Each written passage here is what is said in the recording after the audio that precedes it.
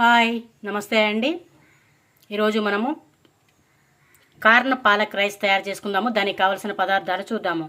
Rice 1 glass పొడి పొడిగా వండుకున్నది, పచ్చిమిర్చి 4 సన్నగా కట్ చేసుకున్నవి, క్యాప్సికమ్ 1 సన్నగా కట్ చేసుకున్నది, కరివేపాకు కొంచెము, కొత్తిమీర 1/2 కప్పు, 1 ఆనియన్ సన్నగా కట్ చేసుకున్నది, పాలకూర 1 పెద్ద కప్పు సన్నగా కట్ చేసుకున్నది, మిరియాల పొడి కొంచెము, సాల్ట్ తగినంత, పసుపు తగినంత, జీలకర్ర 1 టేబుల్ స్పూన్, 1 టేబుల్ స్పూన్ సన్నగా తరిగిన అల్లము, కార్ను 1/2 కప్పు, బఠానీ కొంచెము.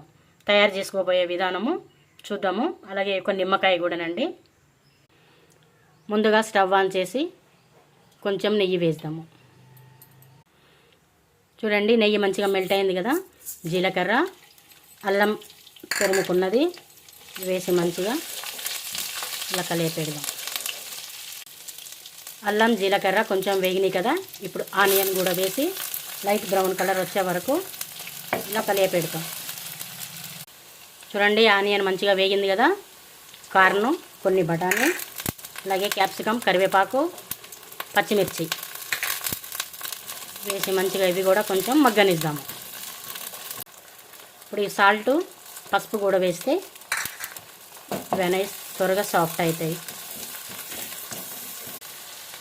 చూడండి, మంచిగా మగ్గింది కదా. ఇప్పుడు ఈ పాలకూర, పెప్పర్ పౌడర్ 2 వేసి బాగా మగ్గనిద్దాము. చూడండి, పాలకూర మంచిగా సాఫ్ట్ అయిపోయింది కదా. ఎక్కువ సాఫ్ట్ కావద్దండి, ఫ్లేవర్ పోతుంది. ఇప్పుడు మనము పొడి పొడిగా చేసుకున్న ఈ రైస్ వేసి మంచిగా కలిపెడదాము.